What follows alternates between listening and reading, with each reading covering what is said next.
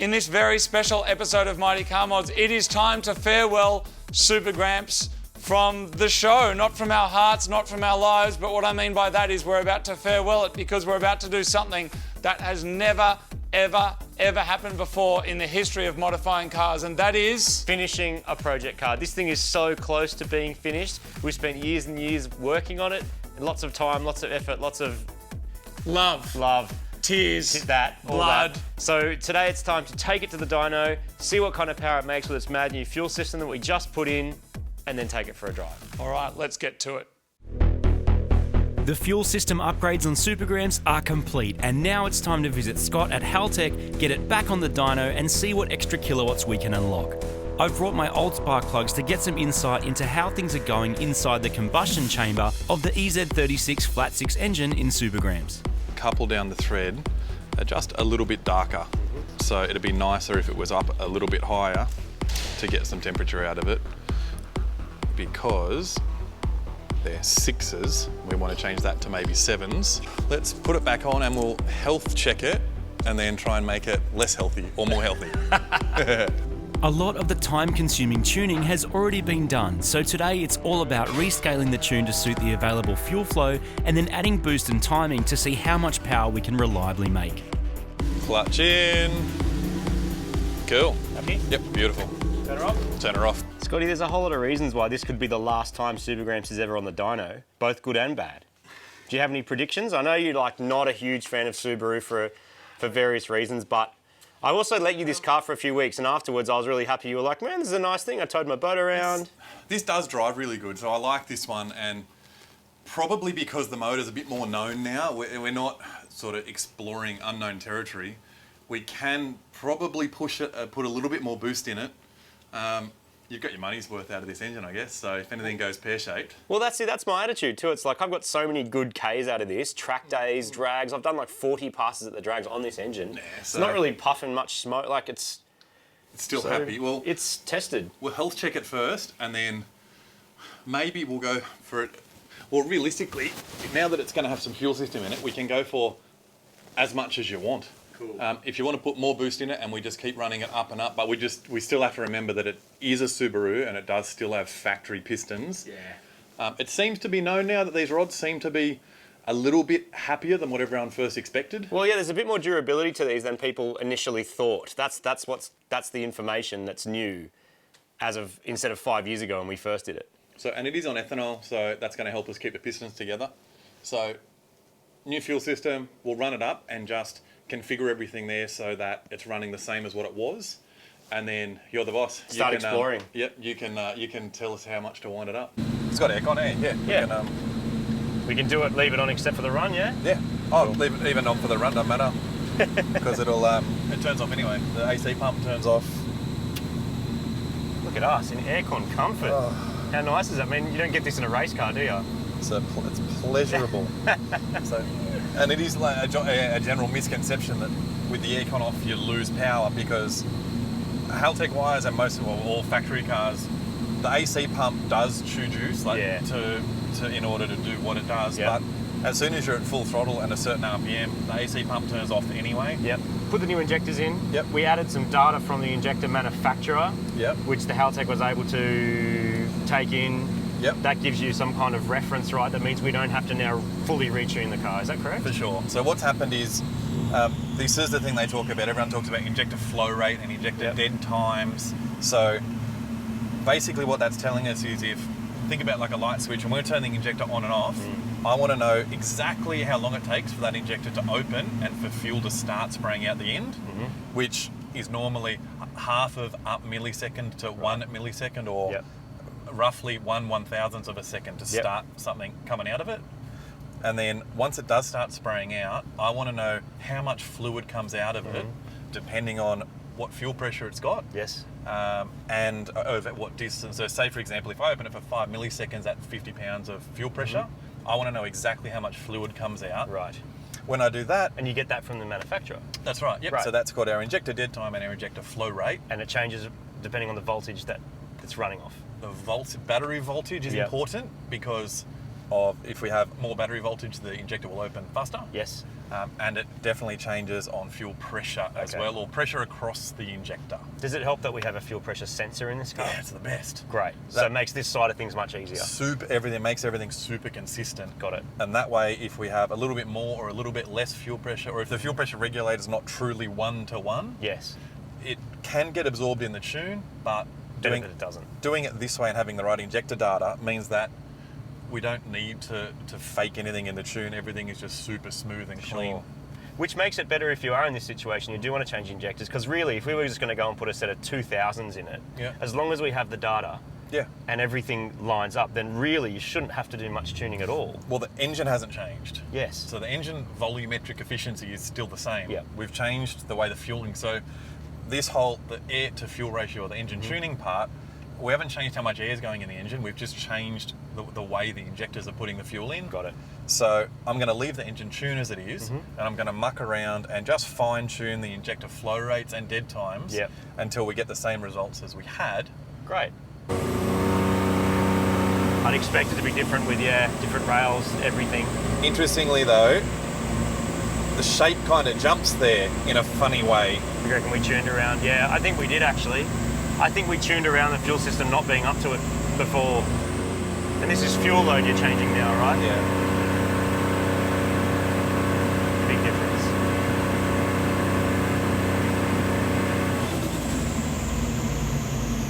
I'm pretty happy with that. Okay. Made 171 kilowatts. Yeah, it sounded like it was working hard. Yeah. Yeah, I mean, all bets are off with this, man. In terms of warranty, I have no idea what this engine will or won't do. Well, so far, all we're doing is the fuel so far. So, You got the old data in there? Is it worth having a look at, or is it too old?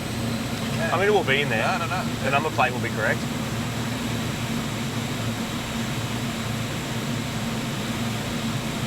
Oh, you've already got it. Do I already got it? So there's our old runs. That's pretty much what we're talking about. Yeah. 2.6. Yeah, just pushing 270, I think, what we Yeah. got to roughly. Yep. I'll just put a reference run up, just so we know sort of roughly what we're expecting. Yeah, sure. So, all we're going to do,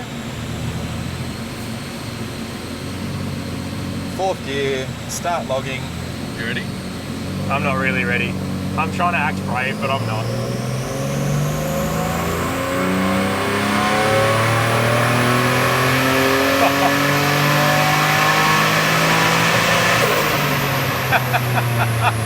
How's the consistency?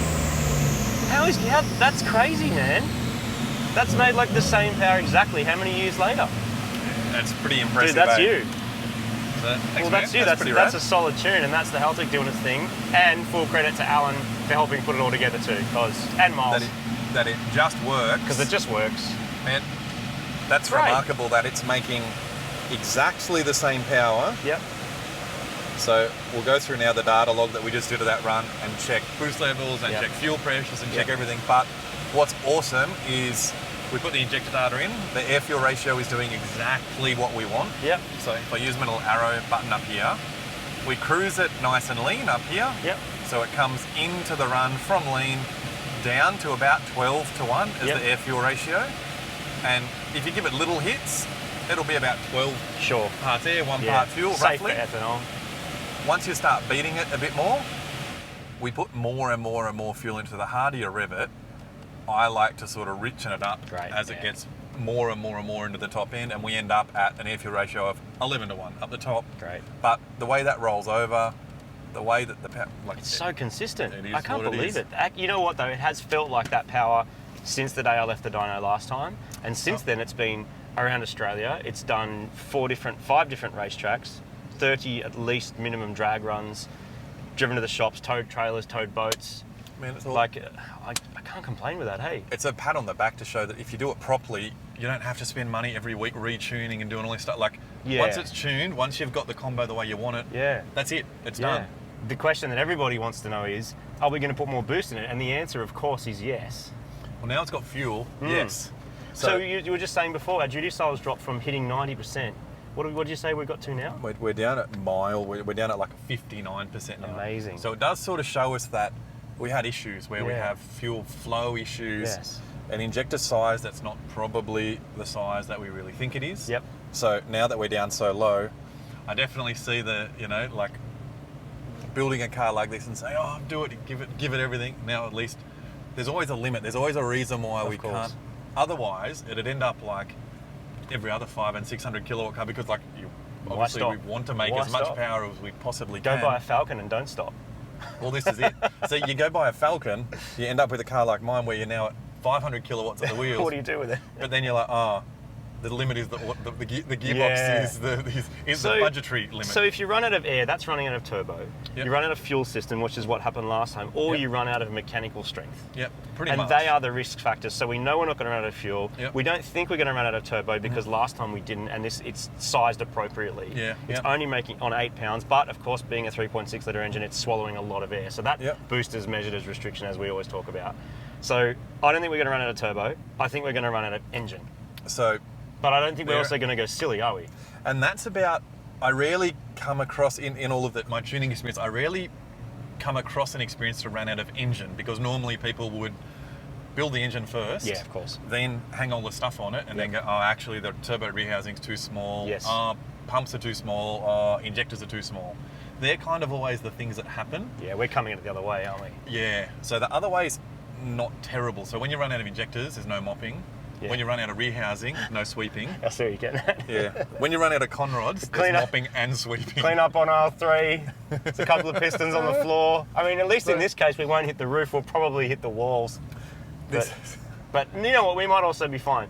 The thing that's also changed is when we first did this engine and this conversion, there was no parts for these engines, none, zero. I'm quite happy with it as is. If we make whatever, well, even the power it's on now is actually fine for what I use it for. If we make power, happy days. If we don't and something blows up, at least now you can replace it because I hate replacing with standard parts. Yeah, I don't want to put the same thing in because we're just in the same situation, but being that you can now put pistons in it, you can put rods in it, there's all these available bits, I'm way more confident to do it. So you're saying you'd kind of want to be like the second man on the moon? I want the piston to be the second piston through that 3 walls, that very thick wall. No, we'll be right, man. Let's not jinx it. Just see what happens. Sounds good. What'd you hard cut the boost at? 25 pounds. Yeah, great. It's not an Evo. 12 pounds. Thank you. It's not an Evo. Exactly.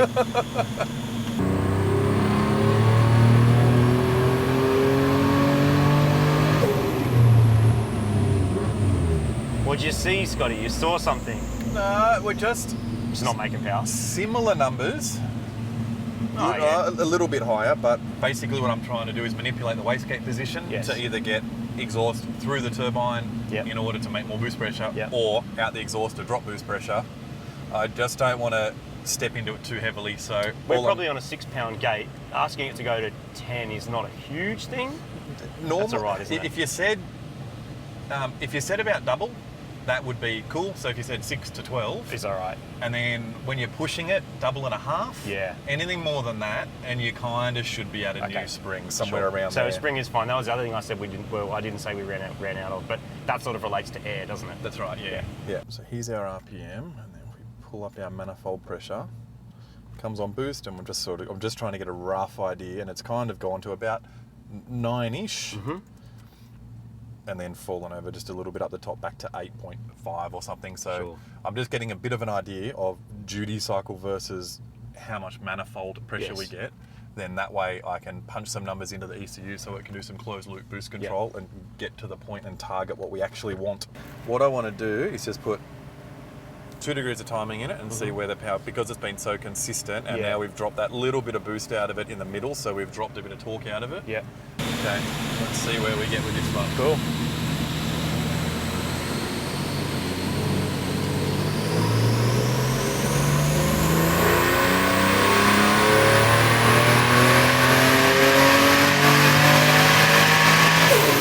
That looked good. That looked really good. It's going to be 299.9, isn't it? It's always 299.9. Oh. Yeah, 300 kilowatts. Well done, mate. Well done on you.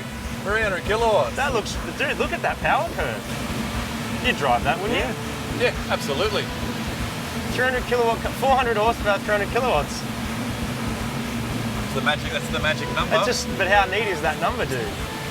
It's not that it matters. 300 and 400 is just... 300 was so easy to calculate. For all our American friends who are always very confused, don't be confused anymore. Just know that if it ever makes 600, that's 800. Easy. That's cool, man. So that's beautiful. That's really nice. And just like that, with a small tweak of the timing map, correcting the fuel table to take advantage of our extra capacity with our new system, and more consistent boost control with a small pressure increase of just 1 to 2 pounds, and we've cracked the 300 kilowatt, 400 horsepower barrier. The mixtures are safe and the car is working perfectly. Got to be happy with that. You know, my favourite thing about dyno tuning is driving cars off the dyno. Yeah, when they that's work. good.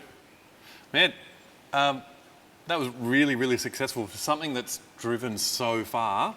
Kind of a testament to the work that everyone's doing on it. It's really cool. It's incremental improvements all the time. And the power level's just like going up and up and up. And yeah, it's great. I mean, the engine is the next limitation. So whether it's worth doing an engine for this car or not, don't know. It tows the boat perfectly, tows trailers full of bricks perfectly.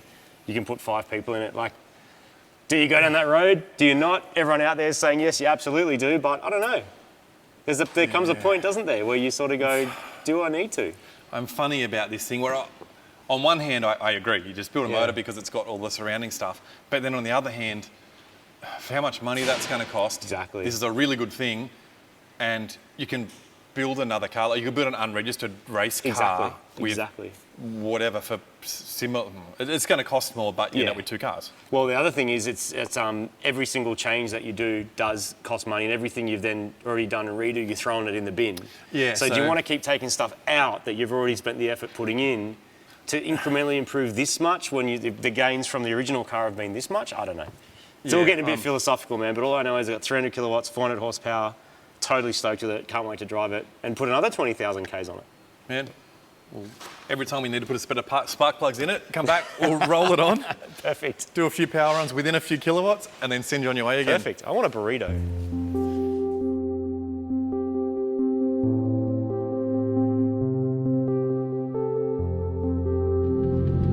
So what is a Supergramps? It's a bit of an odd name. The internet sort of helped coin it, actually. Gramps, the original project that we did, the old Gen 2 wagon, it made a lot of sense. It was a crappy old car. You might see Grandpa go to the tip-in, tow his boat around with. Gramps made sense. Supergramps started to get a bit odd. The reason that it ended up in this shell is a well-known story of the old shell being totally wrecked. And then it was a good time to upgrade into a Gen 4, which is one of the more popular versions of the Subaru Liberty/Legacy cars.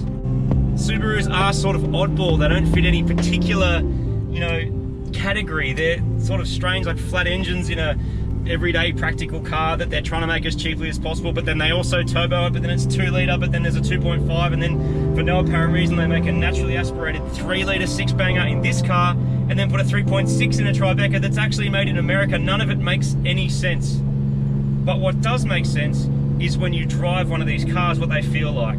And it's easy to say that about just about any car, of course. You've got to live with them for an amount of time to really know what that's about.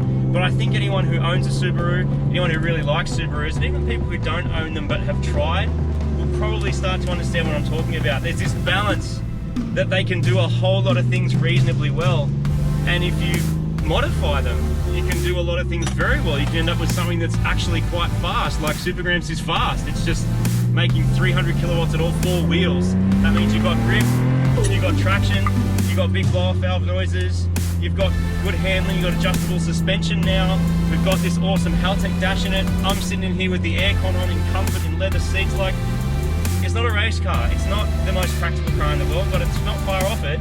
The other thing that's certain about this car is that I think it actually might be done. I think we've modified it so much and spent so much time with it, and I've put so many Ks on it, and I'm happy with it.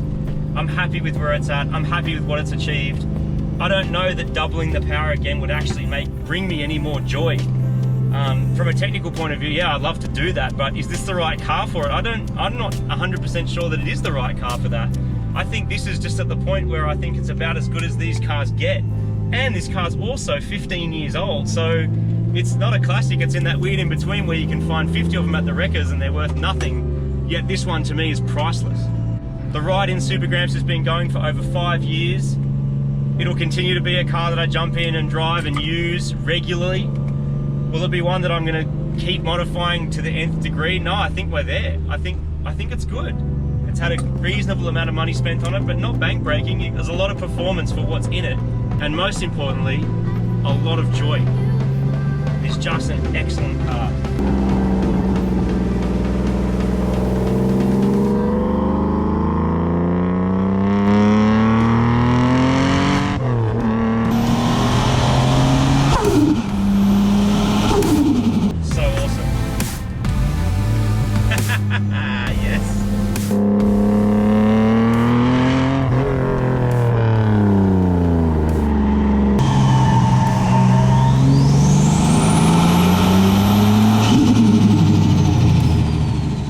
Time to say thank you. Thank you to all my mates who've put up with me talking about Subarus non-stop for decades.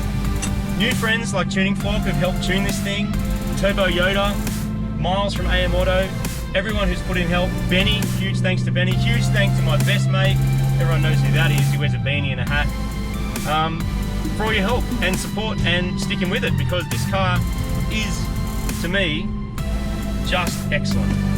And it's done. Finished.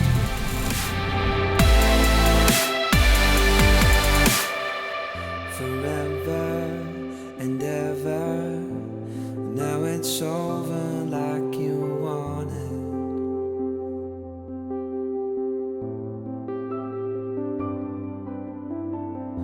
We tried to hold on, now it's over like